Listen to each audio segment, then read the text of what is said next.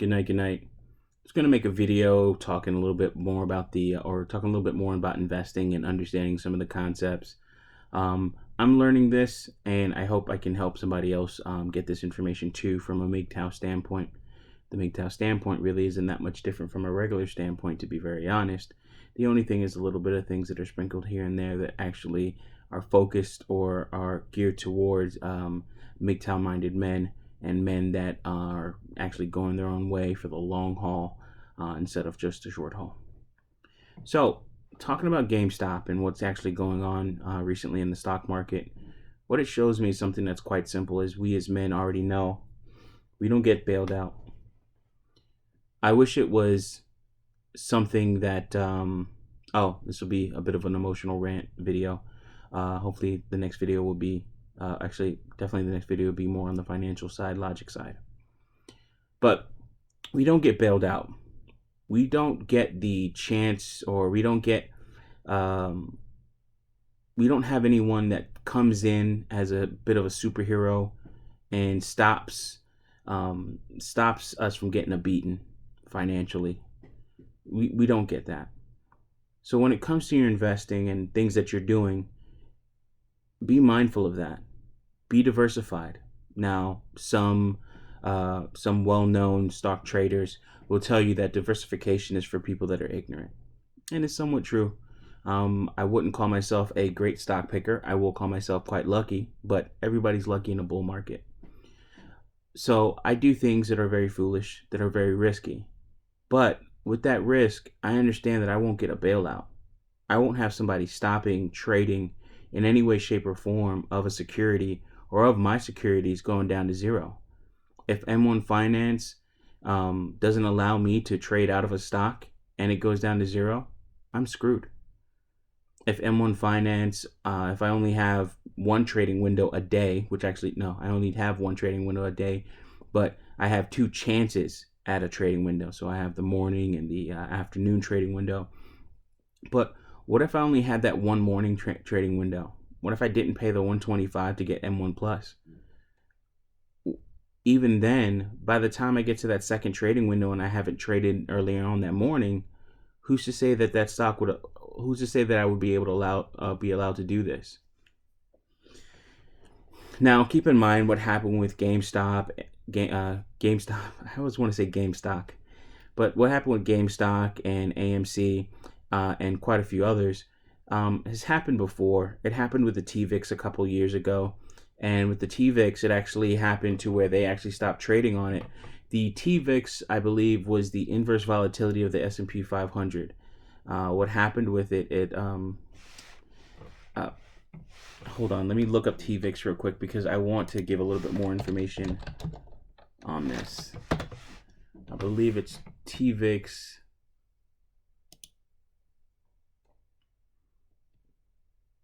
Let's look at, I'm on Yahoo Finance or finance.yahoo.com. All right. So with the TVIX, it's Velocity Shares Daily 2X VIX Short-Term ETN. With this, it looks like it's not trading anymore. Closed July 2nd. Yeah, it looks like it closed July 2nd. So I believe this actually died, but I forgot. I believe the TVIX was the inverse volatility of the S&P 500. What happened is it ran amok. It went crazy. If I look at the chart for this, let's see if it has any chart data. All right. No, it's trading today. Weird. I apologize.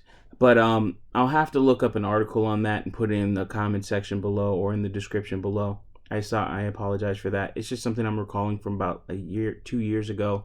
But essentially what happened is it was so volatile and people were losing so much money on it that they actually had to shut it down and stop people from trading in and out of the actual the security itself.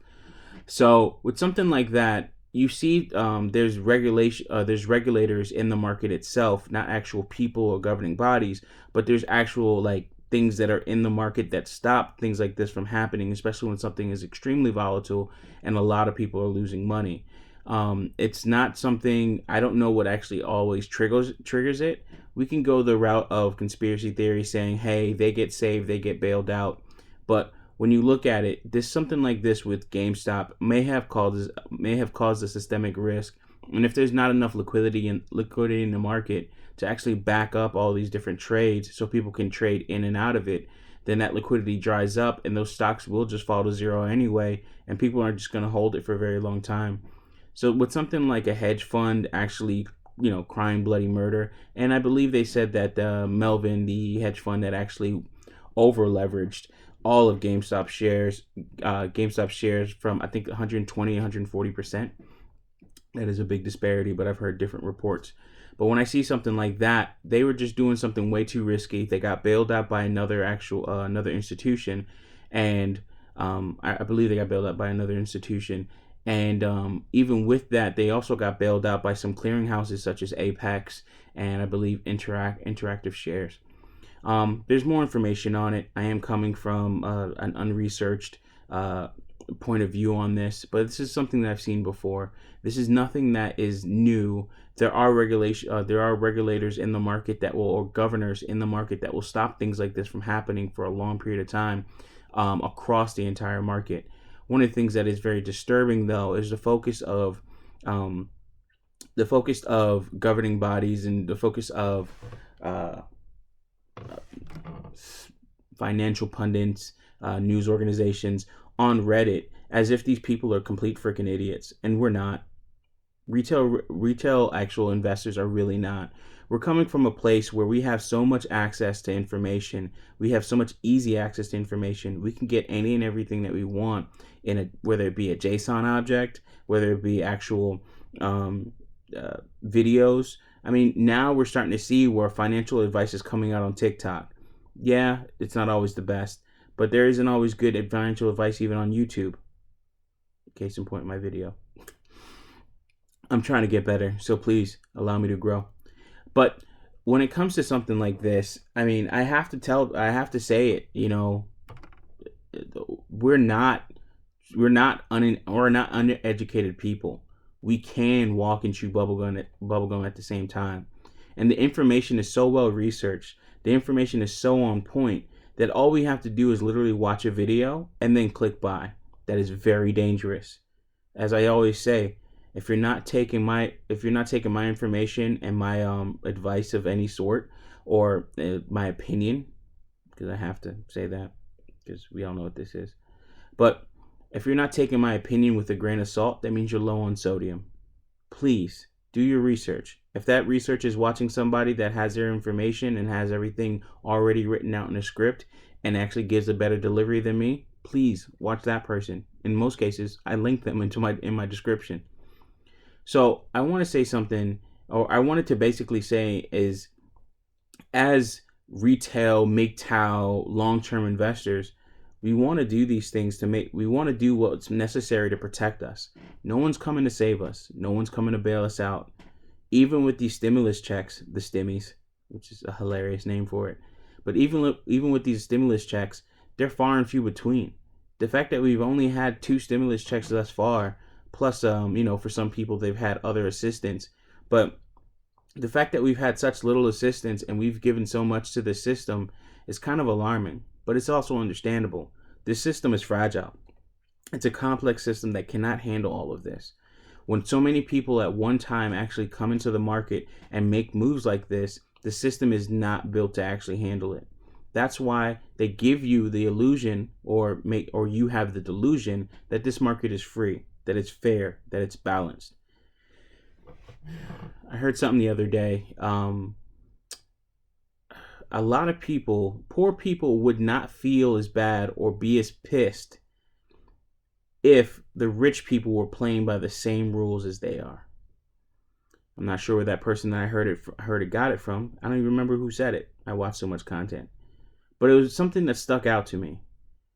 If we had the same rules, if we had the same opportunities, and we had the same options for when something bad happens to us, for us to get bailed out, for us to be seen as too big to fail, for us to be seen as important to where we needed to get that helping hand on a regular basis, for us to be able to, as you know, I've said it before, I used to own a hair salon. Just to get the $10,000 from the SBA loan program, I was lucky. And even then, that's all we got. We couldn't even get more by the regulations there, or by the regulations or by the restrictions that were on the program.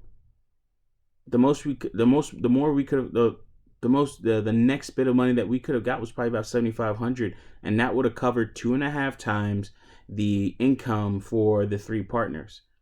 We're small business, and somehow, some way, we actually survived a little bit through that. And it's not that we really survived; we were just zombies. So when these people are talking about bailouts and systemic risks and all these other problems that are plaguing these bigger hedge funds, or that are making these bigger hedge funds, bigger banks, actually kind of quake in their boots, if you will. I mean, that's what we're projecting. That's what we're imagining in our heads.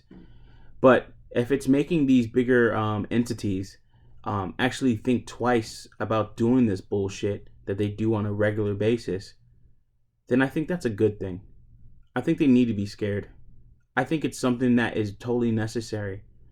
But also, as people that are talking about long-term retirement, long-term investment for our retirement, so we can live a life of possible solitude, we also have to make sure that we aren't asked out in a cold winter night. So, with that being said, I can pontificate and talk and blab more and more, but I won't, because I obviously have to look up an article about TVIX and put that in the description box. As always, thanks for listening. Have a nice night.